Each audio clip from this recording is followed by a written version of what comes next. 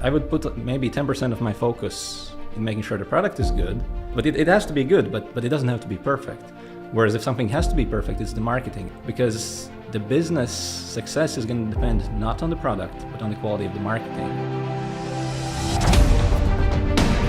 Whoever runs the business or owns the business, the goal should be to do zero work.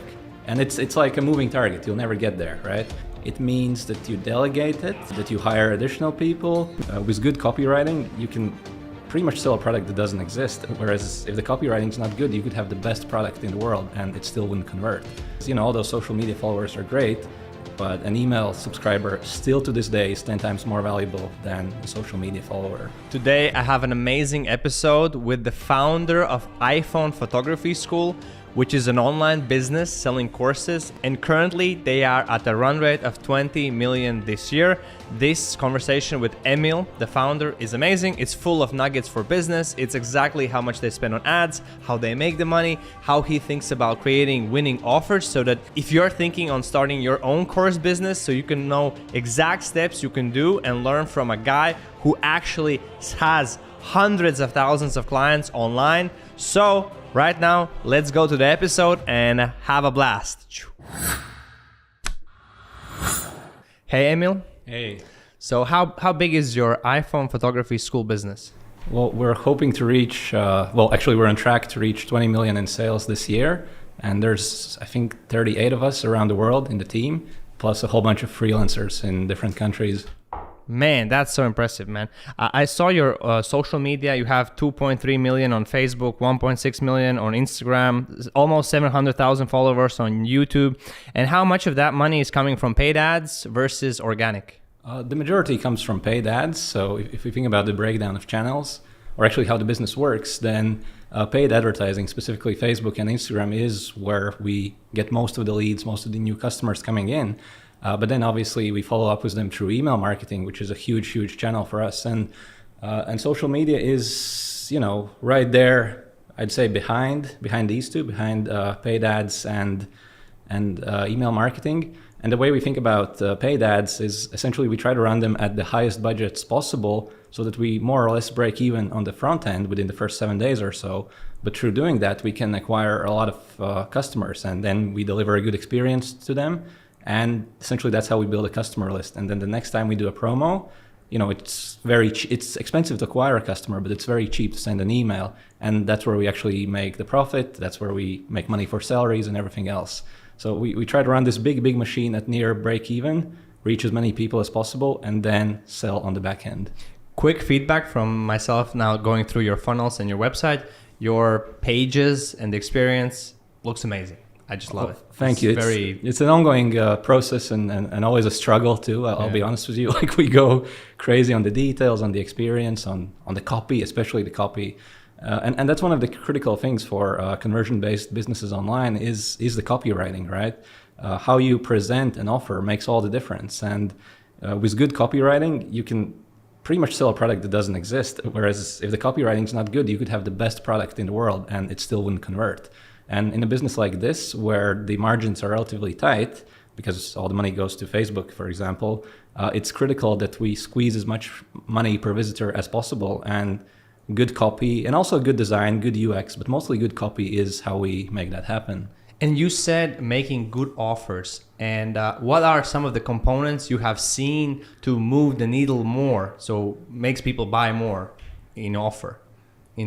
I mean, they need to want what it is that you're selling. And, I think a typical beginner mistake would be to think of hey, my offer is an online course, or my offer is a course about iPhone photography.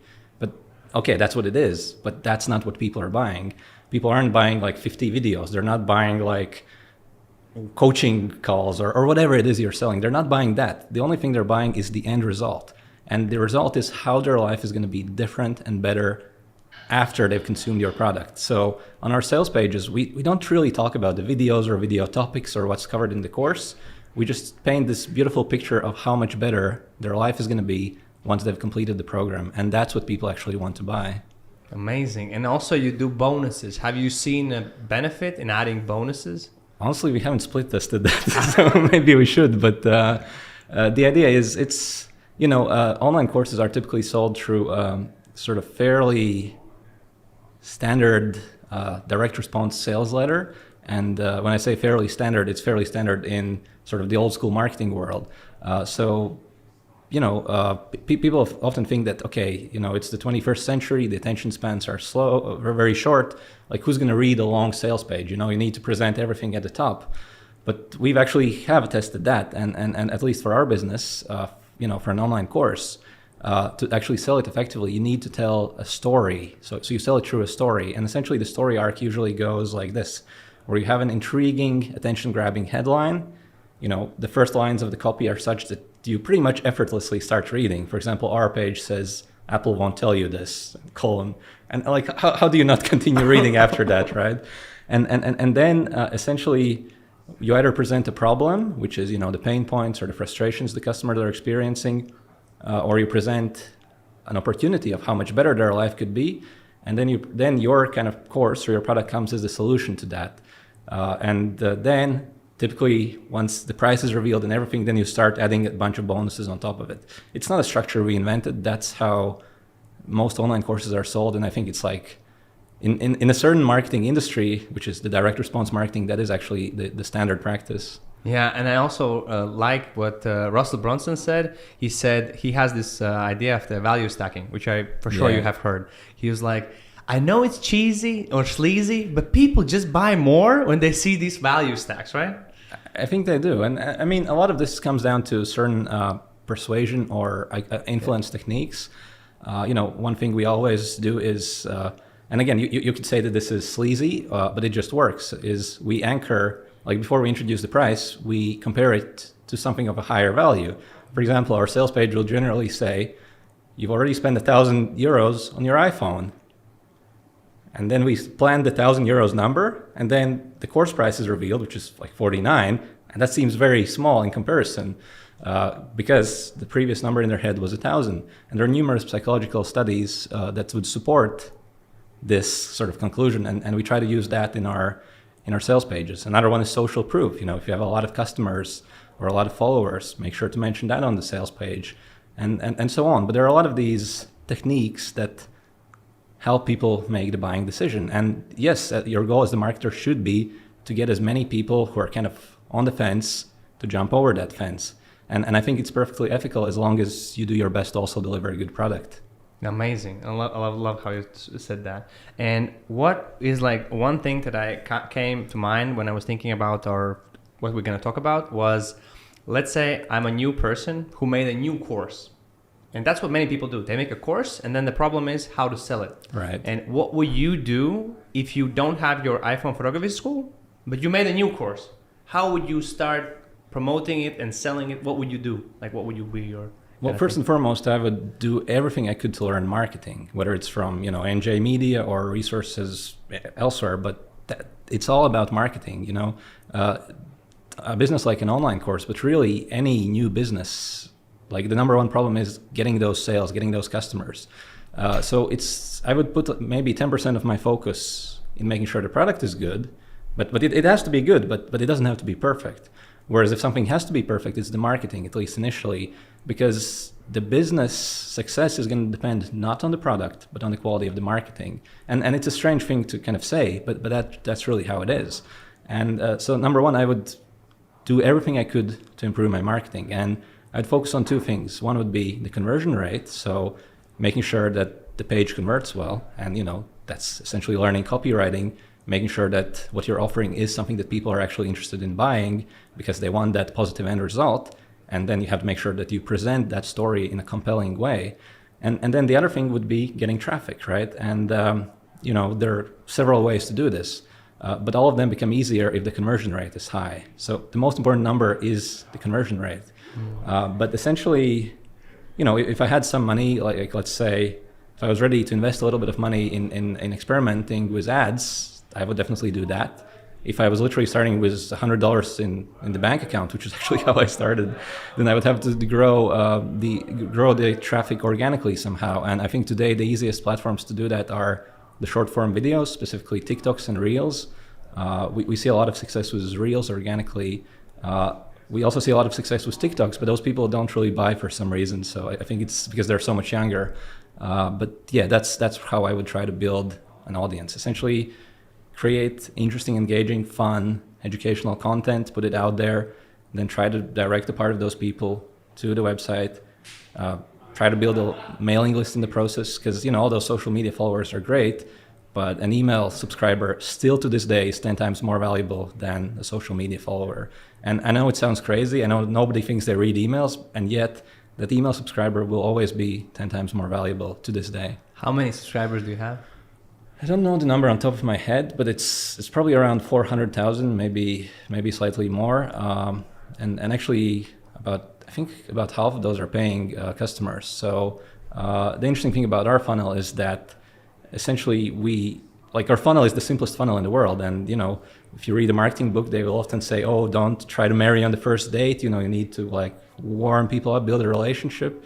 We build the whole business on a quick video, between 30 and 90 seconds, pointing to a sales page. You either buy or you don't. And one thing that we do have, however, is that the first step in the buying process is a simple pop-up that says, where should we send you the course? And that's how we get leads. So about half, or actually these days it's more like 60% of the people who enter their email also complete checkout.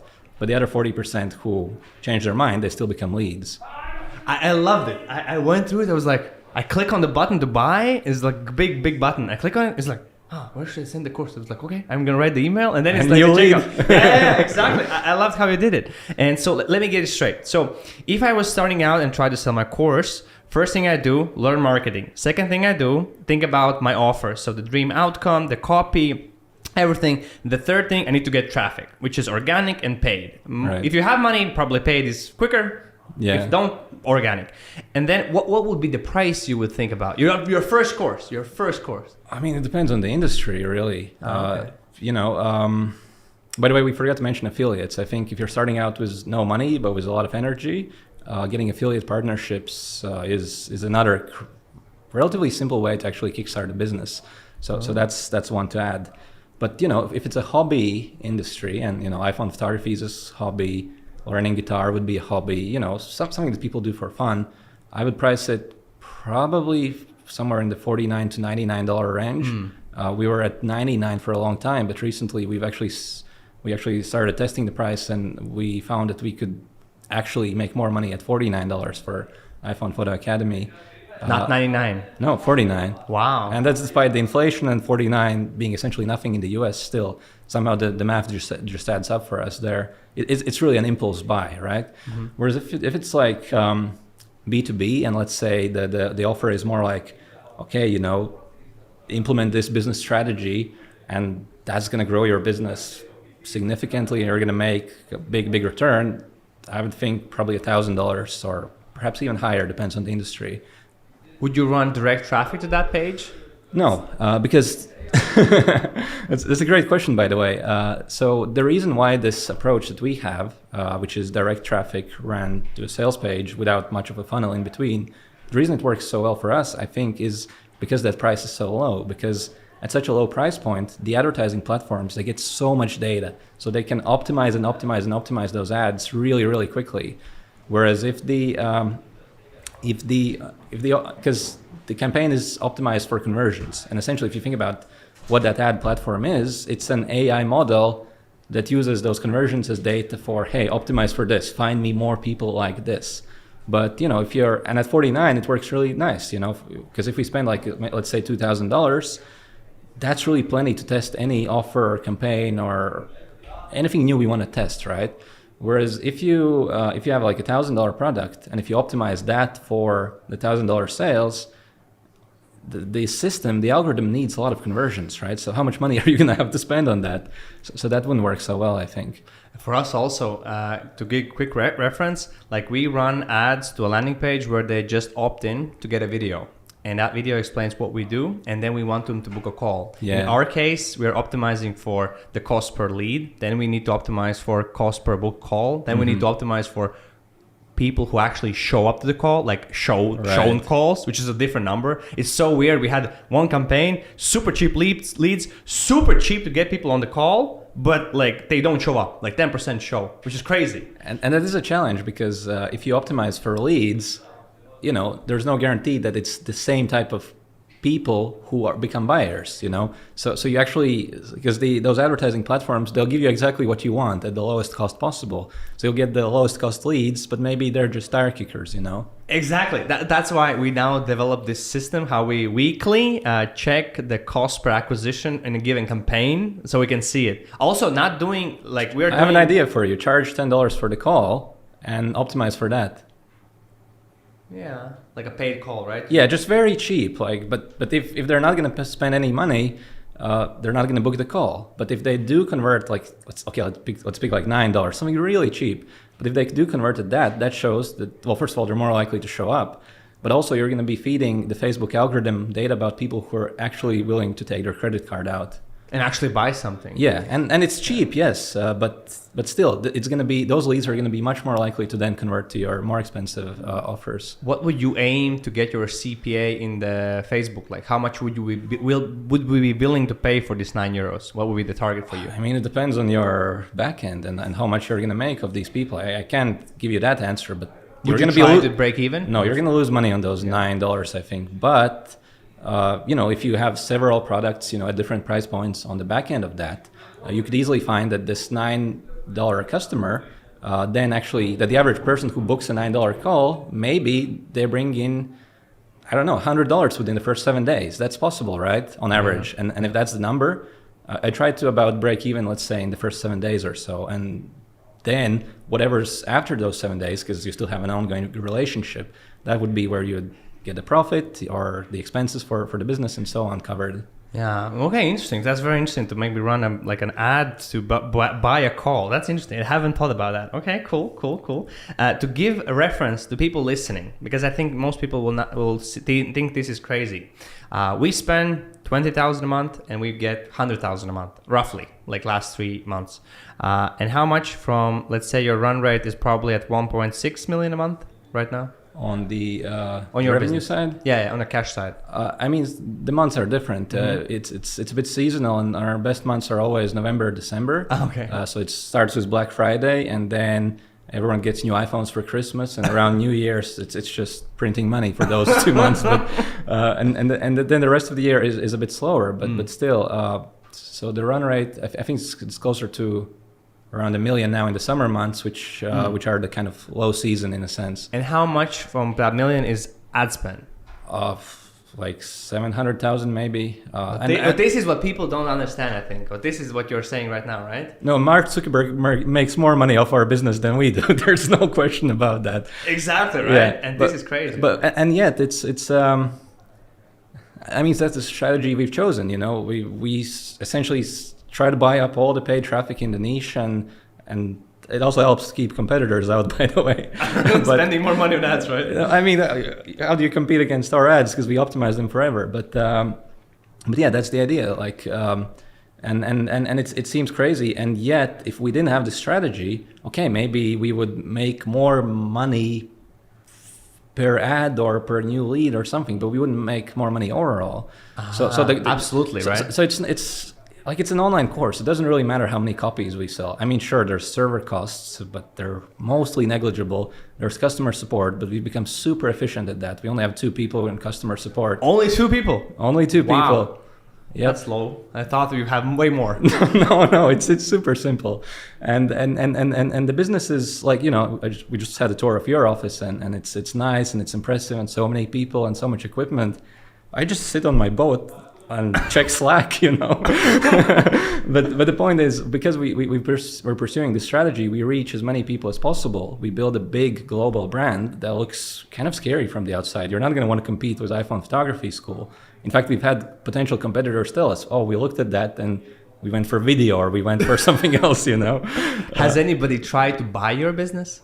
I mean, there have been some offers over the years, but we haven't seriously entertained them. I think there's still a lot of room to grow, and someday, would you sell it? I wouldn't sell it today. I would sell it someday, but also the motivation for selling would be important. So one thing we're doing in parallel to the whole online course thing is we're trying to innovate was essentially new technologies to integrate AI into the curriculum, and experiment with like new ways of teaching things. Because I do think that,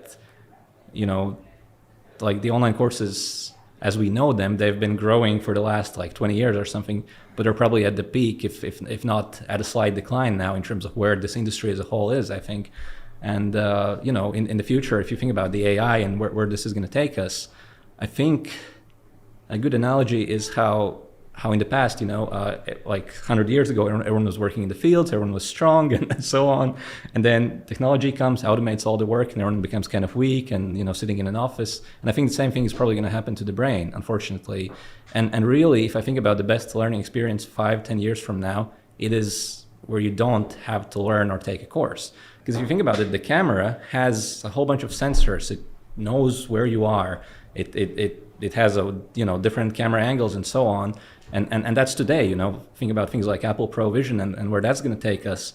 And then it's pretty clear that there's no reason for you to be sitting at home watching a course as if you're a university student and then going out and doing this separately. We want to build a kind of technology where it feels like the instructor is always there with you when you need it, rather than you having to learn it once and then go out and apply. So I think the whole learning process can actually be removed, where you don't have to learn anything because you're just guided along the way. And I think that's where things are ultimately going, at least for our industry. That's crazy. I get the idea, right? You're like on the field doing the skill or doing the thing, and you have the instructor with you, probably with the Pro Vision thing as well. Yeah, or maybe in the iPhone, we'll see. But the Pro Vision is of course interesting as well as a development. I do think the first ones aren't going to sell well, but eventually it will, right? Eventually. I think 10 years from now it's gonna, like, the first iPhones didn't sell well, and then 5 years in it's like everyone had it. So maybe it's gonna be the same, or maybe not. Who knows? I read your career page and I was super inspired. I was like, wow. First time I see something that is not generic, that is unique, which was the vision of the company. Yeah. Is to get your app on every Apple phone. Yeah. By 2025. We'll see if we get there, but the idea is, and a lot of people, like, when they look at it, they're like, oh, these guys are crazy. But the idea is, okay, if we can build the type of technology I described, then that would become a great acquisition target for companies like Apple or Facebook, TikTok, and so on. And if we can build this sort of guided learning experience into one of the big tech platforms of the world, through acquisition or partnership or so on, then that's how we can get to that vision, or as close as possible. Realistically thinking, I think it's not going to be 2025 now, unfortunately. We've had that vision statement for about 5 years. It's going to take a bit longer, but so I was saying, I would sell if there was a good reason to sell, and being able to build something amazing and then get it to as wide of an audience as possible would be a dream, really. Yeah, so that is kind of the long-term vision. How did you come up with that? Because, like, how do you smoke a cigar and you're like, well, that's a cool idea. Because it sounds great. Really, it sounds great. Well, I was actually participating in a coaching program, and they were kind of encouraging us to think big, and that just clicked. It was like, yeah, that's the one. Because it was like, well, get to this number, like this many million customers, or this many million in revenue. And I was thinking, okay, well, yeah, that's cool, but that's just a number, on the screen. And 20 million, 30 million, 50, it's all the same. Like, it's not going to inspire people. It's not going to capture their attention or their imagination, whereas this does. And this does, yeah. That was the idea. But of course, it is. It creates something to talk about, because I've had people say, well, what the fuck is wrong with you, or something, and then I try to explain, okay, so there's actually a bit of a plan behind this, how okay, and maybe we don't get on every iPhone, but if we get on half the iPhones, I'd still count that as a win. As a win, for sure. And so I was thinking, like, you have 38 people. Yeah. What do those people do? Because if you said the business is so simple, what do they do? And 2 people on customer support. What does the rest of them do? All right. So, and honestly, we've overcomplicated things. So it could be a bit simpler, I think. But we have one big department is the video production department. So we have, I won't be able to tell you the exact number, but it's something like around 10, 11 video editors working full time.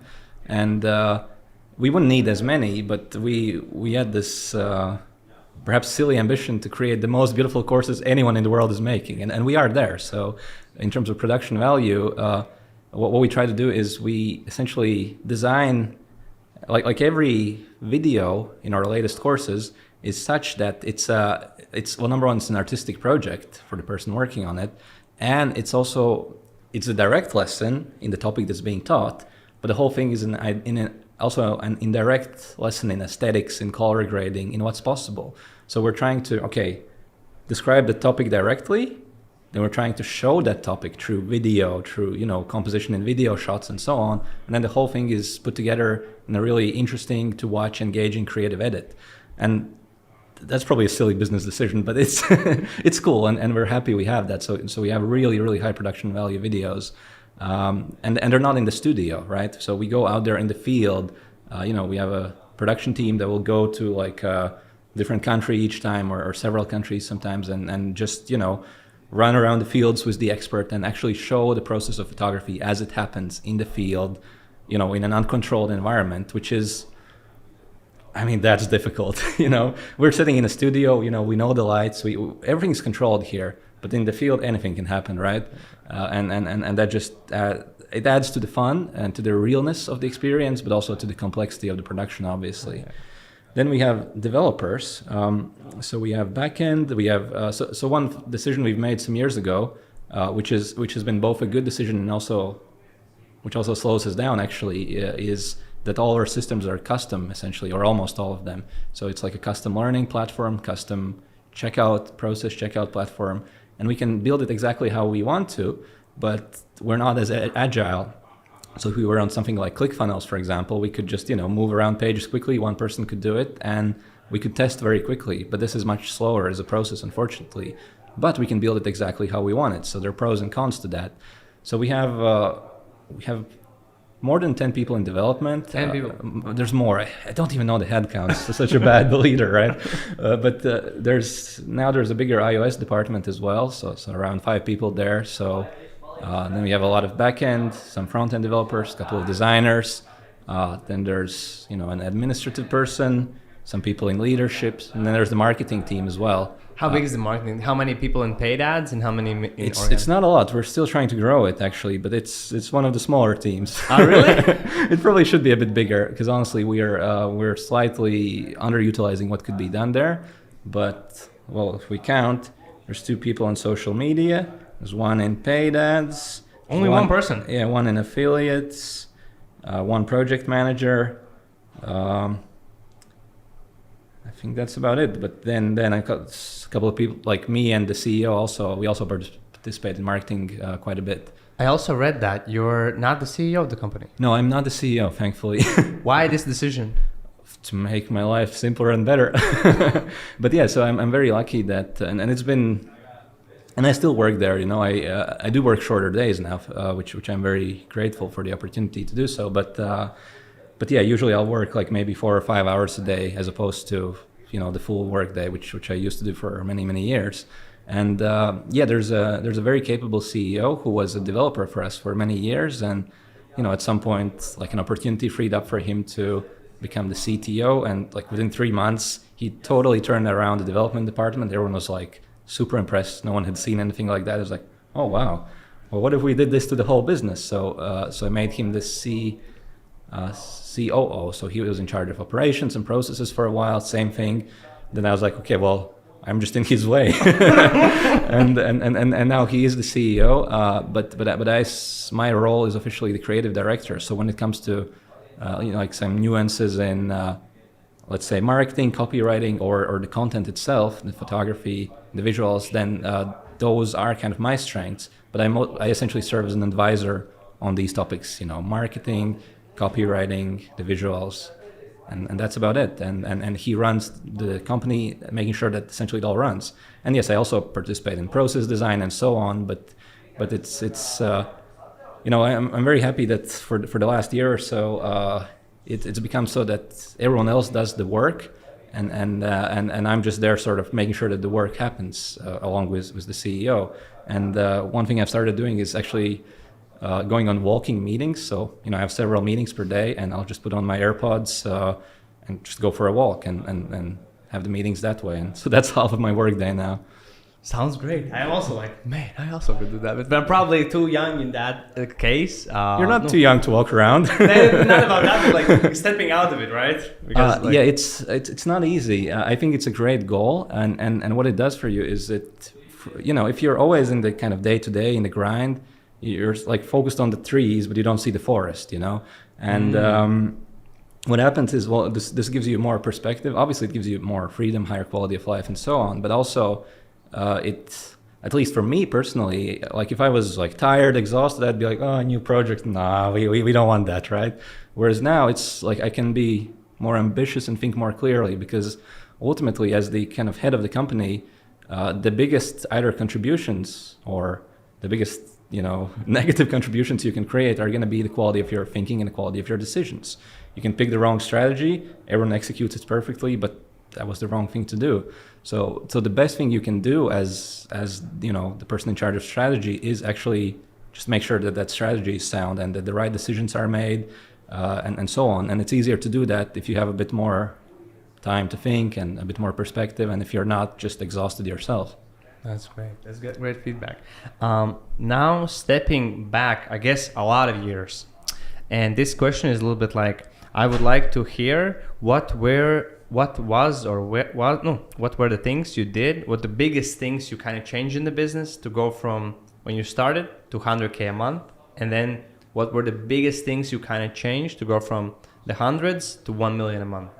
Or was there something like, we started running ads to get to 100K, and we improved the ads to get to 1 million. Just like that. Essentially, wow. Yeah. But that's, it wouldn't work so easy in most industries, honestly. I think we're both lucky and unlucky with the industry we're in, because we're lucky because, we were there early in a massive global growing market, right? When I started this like 10, 11 years ago, the iPhone was in its infancy, and now, everyone has iPhones, and, there's much more than 1 billion active iPhones out there in the world being used today. Billion, wow. More than 1 billion active iPhones being used today. That's a lot, right? And that's as big as a market gets. On the other hand, the depth of interest is relatively shallow, right? It's a hobby, it's an impulse purchase, and like there aren't a lot of people who would ever spend like $1,000 on their iPhone photography journey ever, right? I mean, some people would, but the vast majority wouldn't. So we're very lucky that we have this absolutely massive global market that we can just, and I still think we're only scratching the surface, because go to any tourist destination, and just look around. What are you going to see? Or go to any concert, right? What are you going to see? All you see is people taking photos and videos with their phones, right? And then count the big cameras. Maybe there's going to be 50 phones and one big camera. That's how big the market is, and yet it's not the most kind of in-depth interest, because if you are truly passionate about image capture, then you get into the big cameras, the lenses, and all the expensive equipment. But that is such a small industry compared to the smartphone photography, and it's getting smaller and smaller each year, whereas this mobile photography is growing. But the reason I'm saying this is that it was possible for us to just kind of scale this with ads so easily. I don't think this would work as well in other industries that are smaller. I think the way to kind of go through these growth steps would be to add more and more depth to the offering. So maybe you'd have like the front end course, which would be cheaper, maybe $49 or $99.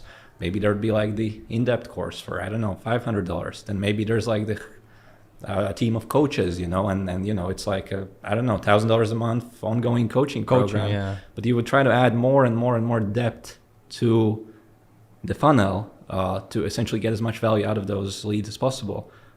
So that would work in, I think, other industries where the depth of interest is deeper, or if it's some kind of return on investment type of thing, like, how to grow a business, let's say. And you're going more right now with your business that's my idea, I don't know, right? Horizontally to going to different niches like food photography, right? That one actually flopped. It flopped? It didn't Yes. work? It did not work nearly as well as we expected. So that's one of the challenges we have, that I am very hopeful about a couple of upcoming courses we have in the pipelines. For example, we're working on iPhone Video Academy now, which the team just concluded filming in the UK. So that's going to come out this October, and I think that could potentially work very well as another front-end offer. But we really only have just one front-end offer now, so it's just this one course, one sales page. That's we've sold it to like close to 400,000 people now, I think. And I love how it's like, is it always like, and right now seeing the ad, right? We're gonna show it also here, the ad. It's like, ends today, last chance to get iPhone Photo Academy with a huge 80% discount. This is the ad. Yes. Is it running all the time? It is, yes. And it works, right? This ends today. We can't beat that. We've tried to. We're like, okay, that's not quite right. So how do we But this is move the away best. from it? It's the best. It always wins every split test, and as long as Facebook allows that, and they just don't give a shit, then that is the reality. And And I like how you do data-driven decisions, not like this, like, oh, maybe it's like a little bit wrong to say this, It is a little bit wrong to say it, and but if we were like, okay, we're going to take the moral high ground here, and we're not going to have that ad running, then maybe the business would be at 2 million, not 20. And it's one of those things where how do you justify this to yourself internally? And the way I think about it is that we go to like further than any other company in the world to deliver the absolute best courses we can. Like how much effort we put into making those courses beautiful, educational, how hard we work on making sure the learning platform is great, the support is great. Like we apply this crazy level of care for our customers everywhere, and then we try to get as many people in as possible. And I think it's a net positive for the world. But this little thing is slightly misleading, of course. Yeah, but it's I would still run it. Looks nice. I think it makes people buy it faster. So what has been like your best business investment? I know you do coaching. You said you did coaching. Yeah, I stopped that a long time ago. You stopped it? I think there's a time and place for it. Don't get me wrong, but that time and place is probably earlier in the business journey. Best, like I don't know, like maybe buying an iPhone. Do you also invest in buying courses that your team members ask you to buy? Not really. No, we used to do this a lot actually, and then we just, we were actually very pro learning for a long time. We had this thing where it was like a learning day or a learning time, and it was like, okay, each day you're supposed to spend an hour learning and improving your skills, and we tried to really make this part of the culture, and then we'd be buying those courses and books and everything. And we still do. If someone asks for like a course or a book, and if the price is reasonable, sure, we'll buy it. Why not? Like we only win through that, of course. But then we just stopped that. And what we found is that people would still keep doing it, but when they needed it and when they had this internal motivation, rather than because I have this learning time or learning allocation. And actually, we over the years we've and this was largely thanks to the new CEO as well. We eliminated the majority, not all, but the majority of processes or procedures or everything. We really simplified things down to the bare minimum, and so that's actually worked well for us. Simple workflows, not a lot of meetings. Like we have very few meetings, not a lot of management. So we have like one monthly all hands meeting, and then. I do meet with some people once a week, or certain departments meet once a week, but it's, we don't have like daily huddle meetings anymore. We used to have those. We actually stepped away from a lot of that meeting overhead and culture overhead, and it actually worked for us. But it might not work for every company. So companies are different, of course. Interesting. That's and we are doing this daily meeting for our marketing team, for our sales team, and then we do our team-wide huddle. Okay, we're not 38 people. We're like 22 people, and we do this screaming thing, which I know you have seen on Instagram.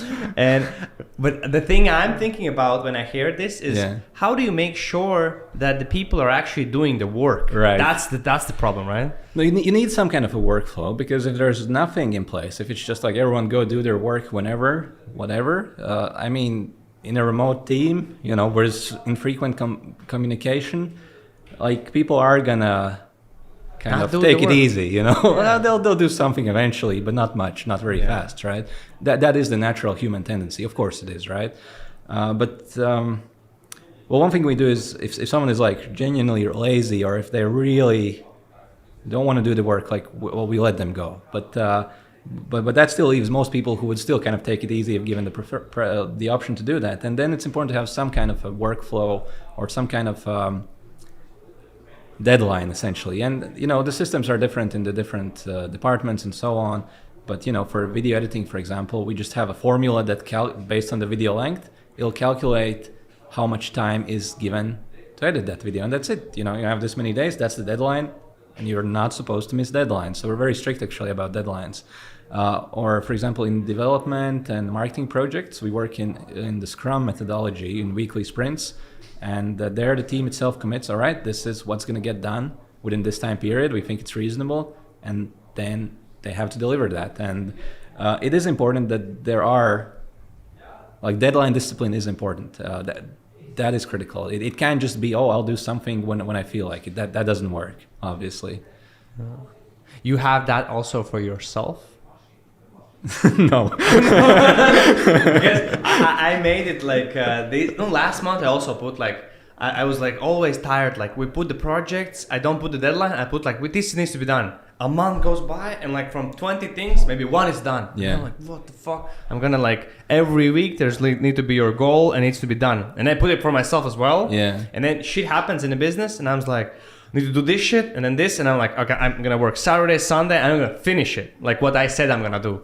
And I'm running now into the problem that if other things happen, I'm missing my things that I said I'm going to do. Of course, and if you're like leading the business, there will always be unexpected problems and interruptions, right? Yeah, it's like I'd advise you to be careful because this can eventually lead to burnout. Of course, I hope it doesn't happen to you, but it happens to most people who approach things the way you described. It really does, so I would be careful. And like the next thing is, okay, you have this method of keeping deadlines like precise, doing it, that's great. And how do you kind of think what things I should work on?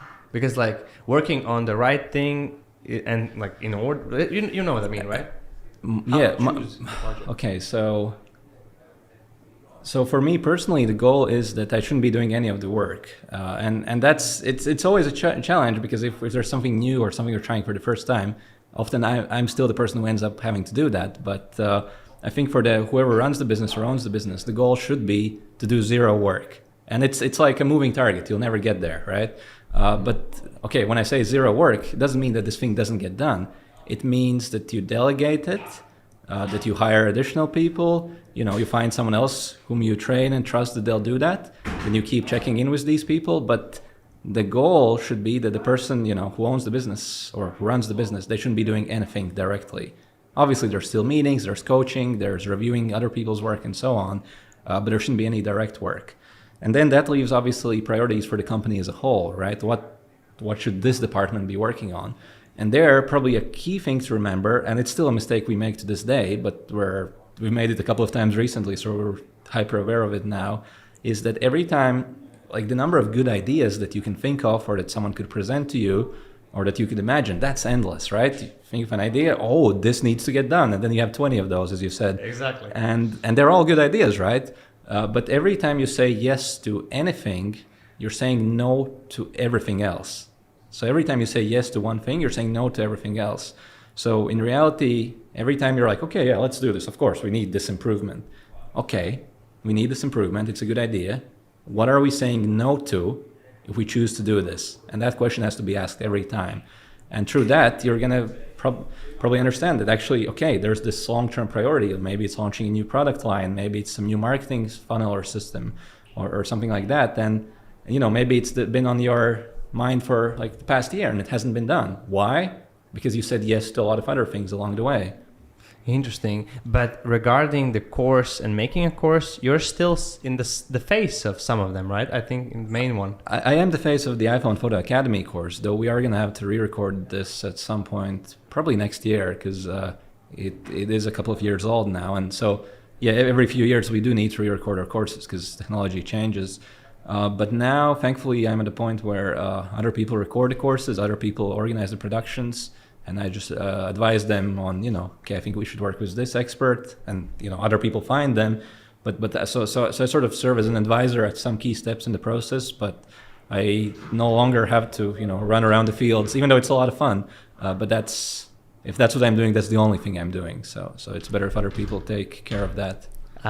Before we had the interview, I had a team meeting 2 days ago and today as well. And I was saying, guys, what I should ask Emils. So one guy came up with a cool thing. So he said, okay, what is some crazy story that some of your customers have done after the course? And there probably are some, maybe, if there are. Let me think. He was saying maybe he has a student who made a photo with Elon Musk or something like crazy. I mean, there have definitely been exhibitions. There have been photo books also published, like cookbooks, I think, with the photos. Cookbooks. But I can't think of this crazy story. I wish I had it, but I don't think I do. We do get sometimes highly emotional feedback. So we've had, there have been definitely over the years some people who are, in the last stage of their life, perhaps they're terminally ill, and they would message to us that they only have a few months left, and they came across this course, and they were depressed, they were not leaving the house anymore, and that this gave them a reason to actually be more active, to go out there, take pictures, and essentially a reason to live again for those last few months. And we've had those stories, and those are very, very emotional to us. Yeah, but we don't have the crazy story. You will for sure. Someday. And another one was... Hope nobody dies. Well, another one was, why don't you make your personal brand? That was interesting. I don't know. You do Instagram? Yeah, but that's just for fun, really. Well... Because I don't want to. You don't want to. if you ask me, well, I think there are a couple of ways to think about this, and there are pros and cons to a personal brand versus a brand in general.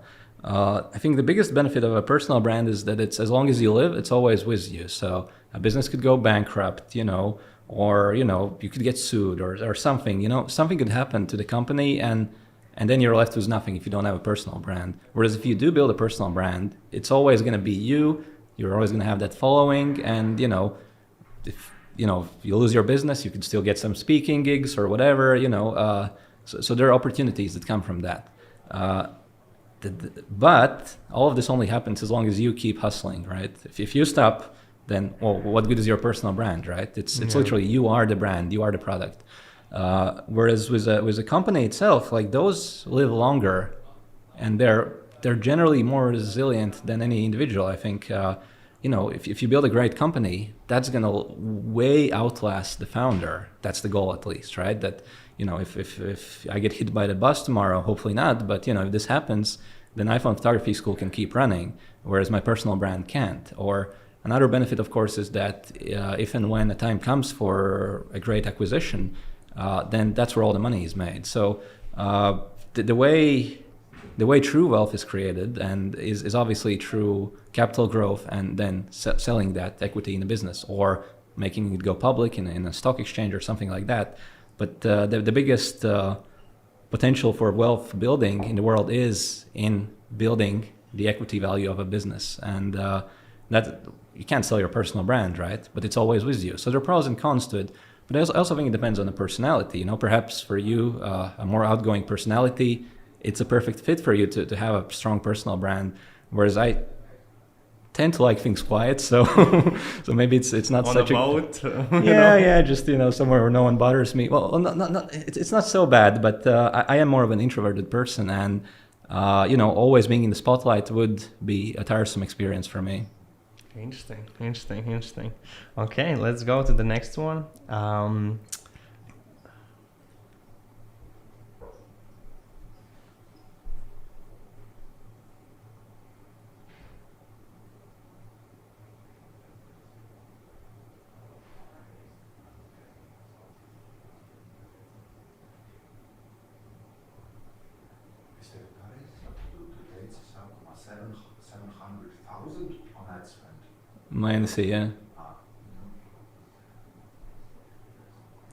Now we have some really good ones. And this one came from Cynthia in our team. She made me to ask you this.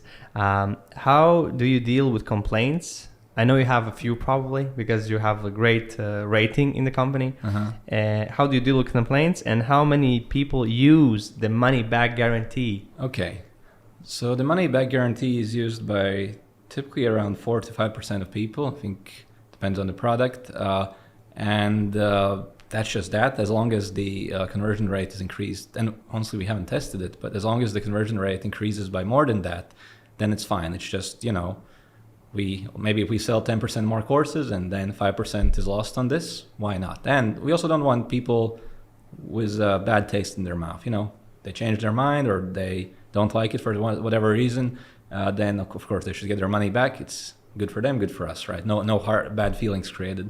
As for the complaints, it depends. Like sometimes, first of all, I don't deal with them personally, which helps, right? I remember when I was starting out, I would take them very personally and I would write these long, no, you're wrong, long responses back. But obviously that's not a good use of anyone's time, and you're never going to convince anyone in an argument online anyway. You're just losing it. Yeah, but I guess I didn't know that 10 years ago. But obviously we have a customer support, which job it is to deal with that, and then there's certain saved responses, and they use empathy. It's like the typical bullshit thing where you agree with the person and what they feel, acknowledge their feelings, then say what you actually wanted to say, and don't hesitate to contact us again. But obviously the complaints can be different. It can be totally unreasonable, and then we will ignore them, or sometimes there's a lesson in them for us. Maybe we do this differently next time, or perhaps it's some kind of a bug or a mistake, and then we address it straight away. So there's information in those complaints and feedback, right? Yeah. But feedback and complaints is slightly different as well. But the other thing is you can't change your course, as in course of action or your plans, just because someone doesn't like it. For example, recently we switched all our videos to vertical format only, and the default for taking pictures in our courses is now vertical. And we're just going along with the times because that's what everyone else is doing anyway with Instagram and TikTok, right? And obviously there are people who are like, oh, I don't like this, but we didn't just change it. We were like, no, sorry, this is optimized for experience on the mobile phone. That's it. And we just picked this decision. There were also a lot of people who are arguing hardcore internally against this. Who were like, no, we can't do this. The cinema isn't vertical, but we made the decision. We just stuck to that, and that was the correct decision. But sometimes maybe if there's an overwhelming number of complaints, then that's like, okay, something's not right there. But it's information, but it doesn't mean you need to listen to it. I think Steve Jobs was a good example where it's like, oh, the reception doesn't work. Well, you're holding it wrong.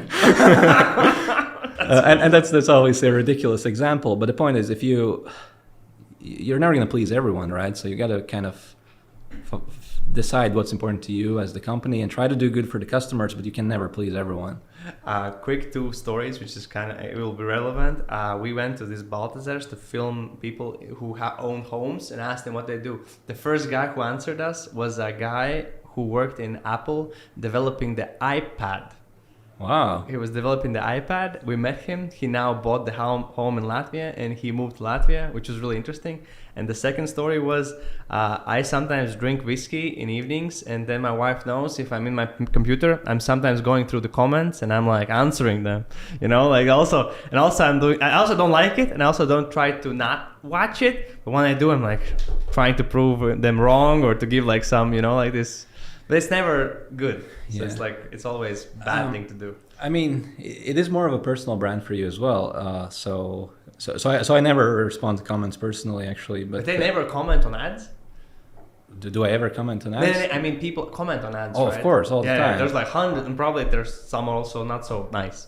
Yeah, we would usually hide those if it's just nasty. Yeah, I mean, why wouldn't we? I just answer sometimes though. Because you're going to prove them wrong. Yeah, just let them know I'm here.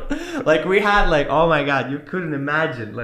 When I started, I was my hair was yellow because I'm brown, and I colored it white, and it was in 2 days it got yellow. So I was the guy on the internet, a chicken head or something like that. It's crazy. Regarding your kind of business, what is like your goal? I know the mission, what you told me, but like what's the goal like right now to end the year, next year? What is your like your motivation, your goal overall? For me personally? Yeah, like for you personally. It's not going to be a great answer. It's just I just want to see how good we can do this, how big we can make it, how good can we make the learning experience. It's just like, do it better than we did it before, just to improve it. But there's no like grand goal to make like, oh, if I make this much money, I'm going to be happy. No, that's... Yeah. What's the craziest thing or the most expensive thing you have bought? Well, the stupidest thing is this watch. Total waste of money. But it's how much was it? 17,000 euros. Okay. But but it's nice, right? It's nice. Like you have one of these. Right? I have it. Mine was 16.4. Yeah. Mine is like the green mint. It's the green mint. You can check it out. Oh, nice. I'll show you mine. It's a new color. It is beautiful. Yeah. Yeah. They think. So we both buy stupid overpriced watches. But it was like, for me it was like, I told my wife, I'm just gonna go watch it. I'm gonna go check it out. Oh, you have a nice one. Yeah, we have the same model. We have the same day. Just you have it with the gold.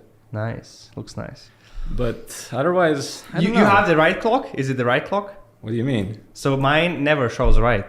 Because I don't wear it for 2-3 days and it just stops. No, I realized the problem, and then I just wear it all the time. You wear it all the time? Because I sometimes do the fitness watch, running things. So if you leave it for 2-3 days, it stops. I know. So as I figured that out, and I'm like, okay, well, can't stop it. Have to wear it, Can't stop it. Yeah. And what other things have you bought, like for yourself personally, that you think, wow, this is a good thing? For me, one example, I bought BedJet. There's this company that do BedJet, which cools the blanket. It cools the blanket with cold air. I tried to do it because I want to improve my sleep. Okay. Disaster. We just sent it back. Didn't work out because it was like crazy. Because you sleep and it like pushes air to your feet and you can't like sleep. It's like you can feel it. You can feel it. Yeah. So that was a bad thing. Yeah. Well, I don't know. Like I have a nice boat, but I'm gonna get a bigger one. So how much does that boat like that cost? So the one I have now, I bought some 6 years ago. That was 300,000. So the next one I think is gonna be around 600,000. I have a nice car and some properties. About the boat, how much is it to maintain it? So you buy it? That's a real pain. It's a real pain. Yeah. How much is it like? I mean, there are certain repairs that sometimes have to be made. Really, on a boat? Yeah, they're unfortunately not as reliable as cars. Because for a car, when you kind of drive it, you're never really like pushing the engine to the max. Like maybe if you accelerate for like 5 seconds. On a boat, sometimes you just push it to the max for hours. If you're going to go to Pavilos in one day from Riga, for example, and those repairs they're expensive. It adds up. It's probably, and there's the fuel and everything. It costs at least 10 grand a year to just maintain it for the season. And how much is it to park it somewhere? How do you park a boat? How does that work? Well, that's actually not as bad. So if you buy daily, it's usually around 30 euros, or for monthly, it's usually like 200-300 depending on the port. Okay. So it's like a parking. Like I pay for Euro parking. Okay. But you also get water and electricity there, so those are included in that price. From that place where you park it. Yeah. Interesting. No, cool. And last thing, which I wanted to ask you, a couple of quick things. Like what has been like most impactful book for you? Okay. Wow. It's hard to give you one book. I could probably name read a books? few. Some. No, okay. I do. Give me a few. Well, those would be books I read early on. I don't really read business books these days, but or very rarely. But there will be some marketing books. Launch by Jeff Walker is, for anyone considering online courses, I think that's a must read. .com Secrets by Russell Brunson. I think that's like a very good overview of like the online marketing in general. In terms of managing the team and how to lead the team and how to do those parts of the business. It's called No Rules Rules. It's by the founders of Netflix. That is also the kind of management philosophy we subscribe to. So I would highly recommend that to anyone who's thinking about, okay, how do I delegate? How do I give more responsibility to other people? I have this team. How do I manage them? That'd be my favorite on that topic. There's definitely other books. There are a lot of books that kind of maybe shaped my overall outlook on life. The books by Nassim Taleb are very interesting, especially the first one's Fooled by Randomness, the Black Swan, also Anti-Fragile. But with each of his books, I think he got less smart over the years. At least that's how I feel. But those have been huge in shaping my understanding of the world. Also, many different psychology books. If I had to pick one, I would pick Thinking Fast and Slow by Daniel Kahneman. That's like a great overview of psychology and how the mind actually works and the different kind of ways the mind tricks you or doesn't, or how people aren't always rational. So that's a great book. There's probably more. Amazing, nice. What's your favorite restaurant in Riga? Well, it's a difficult question. I don't have one favorite. There are some that I like. I like Snatch, Nomad. But I don't go to them as often. Probably some more that I like, but can't think of one now. What's Rossini, your favorite? Maybe. What's your favorite dessert? I try not to eat it, but if it's for health. But I do like chocolate fondant. Okay. Yeah. Me and Vlad were thinking, come on, man, say tiramisu. This is if the guest says tiramisu, he's our guy. Okay. It's okay. Next, what kind of sports do you do, or what kind of sports do you watch? I don't watch sports. I did watch the last 2 games of ice hockey this year, but that was it. But no, I don't watch sports. It's just not my thing. In terms of doing sports, day to day, I just work out, go to the gym. So fairly basic, but it's I find it really helps me, and I do various water sport. I mean, basic things like cycling. I do like surfing a lot. So in Pavilos, that's a great thing to do. I ride my SUP often, so I don't know if that's really a sport. That's just like relaxation. Yeah. Have you heard about Brian Johnson, about this reverse aging thing?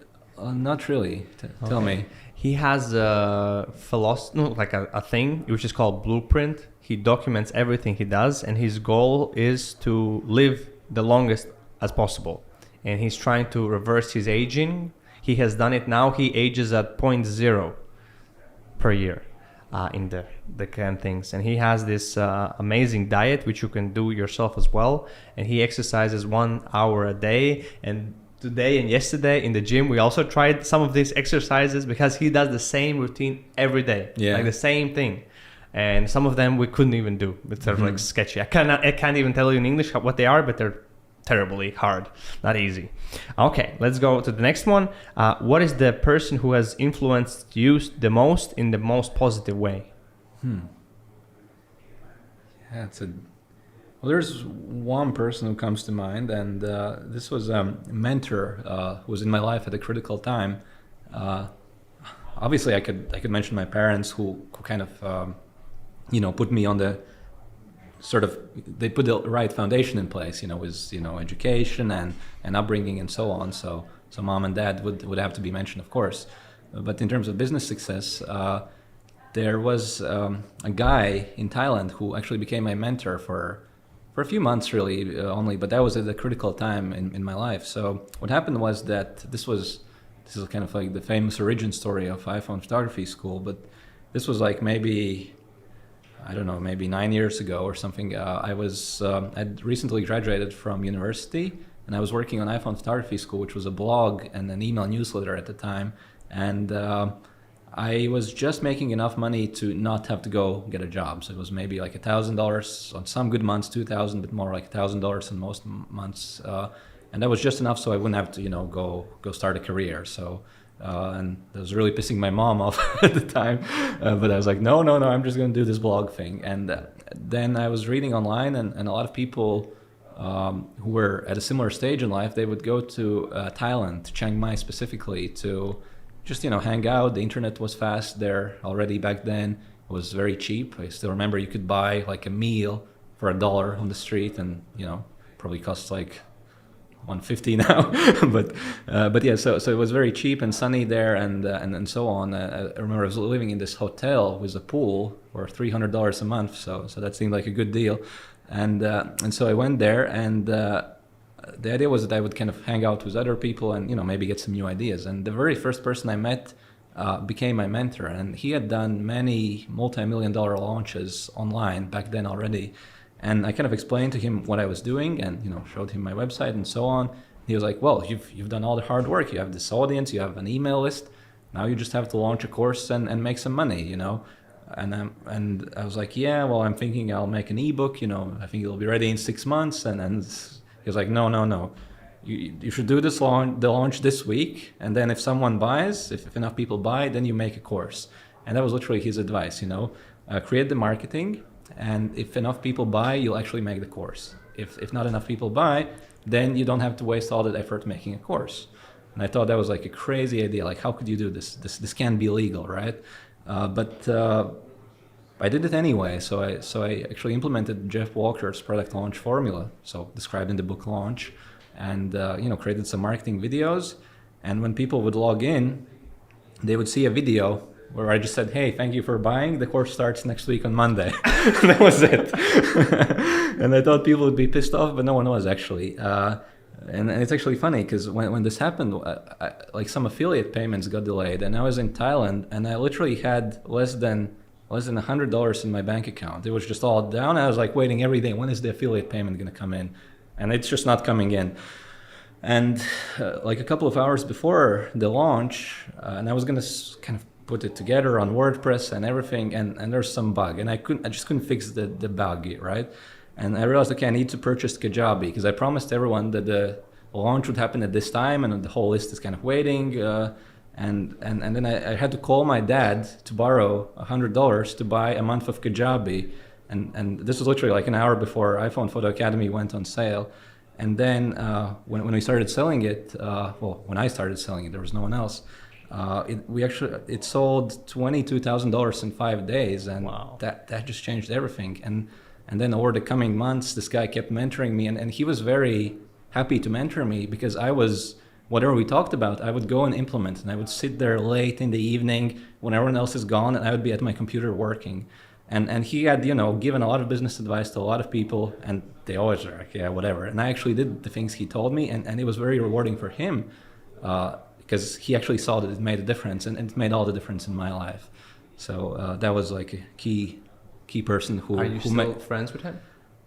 We do get in touch sometimes, but he lives in New Zealand now, and we don't cross paths as often, but we are sometimes in touch, yes. Great. That's like sell it before you build it, and then listen to a guy who's smarter than you and just do what he says. Don't question it. Yeah. Well, we argued all the time, because I said that the iPhone is better. He was Android, and every day we would talk about that too. That's crazy. Okay, so again, Emil, thank you for coming. Thank you for taking your time, and also thank you for sharing the lessons and stories that you did today. Amazing, brother. Well, thank you. Let's go.